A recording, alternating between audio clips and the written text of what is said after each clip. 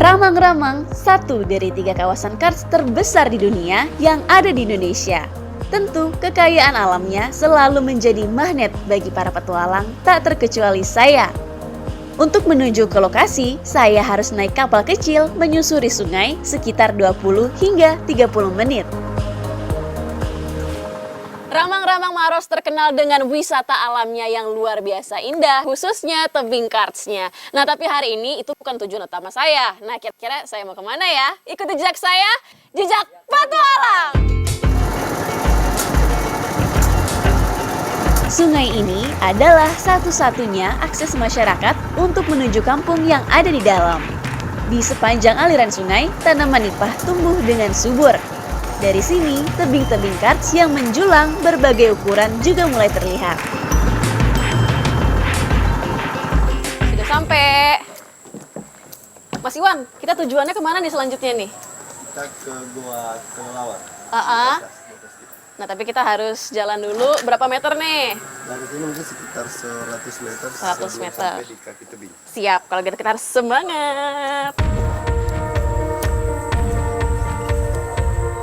Ya, tujuan saya kali ini adalah Gua Kelelawar yang ada di salah satu bukit karst. Untuk menuju ke sana, kami harus menembus semak belukar yang cukup tinggi.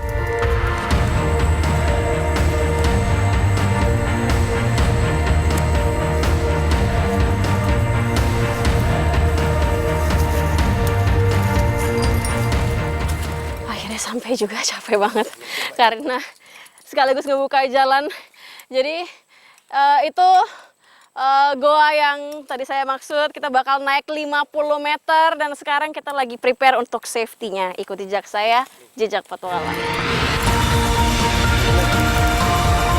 Walaupun goa yang akan kami masuki letaknya tidak terlalu tinggi, tapi keselamatan tetap yang nomor 1. Itu sebabnya perlengkapan safety benar-benar harus dipersiapkan dengan matang. Jadi di atas ada 2 mulut gua dan saya bakal masukin yang ke pertama. Tapi untuk itu saya harus manjat kira-kira sampai 5-6 meter ke atas. Dan walaupun ini sangat safe, kekuatan utamanya adalah di tangan dan di kaki. Semangat!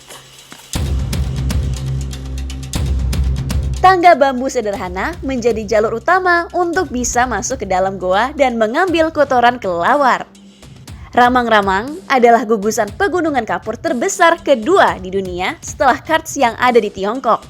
Sebagaimana lazimnya pegunungan karst, biasanya banyak terdapat goa alam di dalamnya.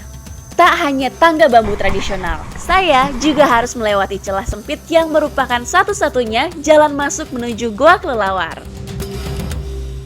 Saya untuk mencapai di sini sekarang harus lewatin trek yang sangat susah, terus celah-celahnya juga sempit banget, agak susah juga manjat karena nggak ada pegangan, makanya dibantuin sama mas-masnya di sini. Dan di titik ini saya sudah mulai mencium kotoran kelelawar dan saya semakin semangat karena itu tujuan saya hari ini. Harus ke sana, jadi ikut jejak saya, jejak petualang. Sepertinya sarang kelelawar kali ini cukup istimewa. Kami juga harus berjalan merayap di dinding tebing ini. Benar-benar butuh ekstra hati-hati.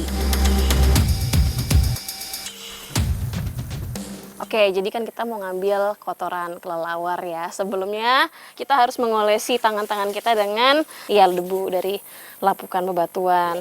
Fungsinya apa ini?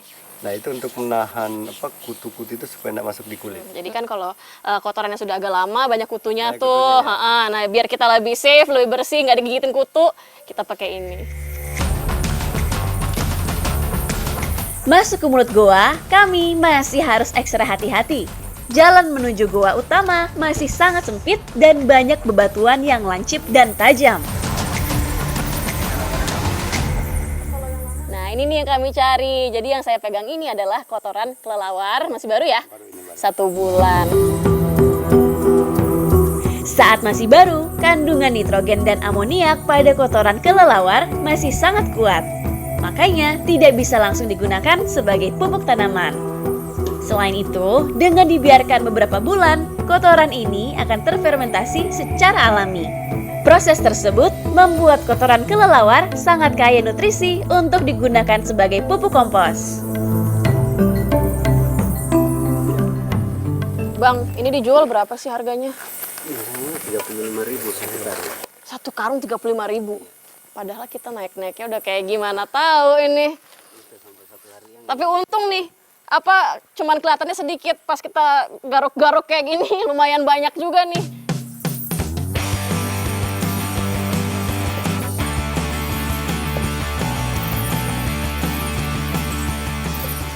Karena di daerah sini tidak kena hujan selama beberapa hari, jadi kotoran ini tidak terlalu menyengat baunya. Selain itu, cepat juga mengurai dan kondisi goa saat ini juga nggak lembab. Jadi bagi kami yang lagi ngambil kotoran kelawar, lebih nyaman lah. Salah satu ciri kotoran yang sudah bisa diambil adalah yang sudah kering, hancur, dan aroma yang sudah tidak terlalu menyengat hidung. Udah penuh nih satu karung. Nah, setelah ini kira-kira kita mau pakai untuk apa ya? Ikuti jejak saya, jejak petualang. Yuk. Wah, bertangat.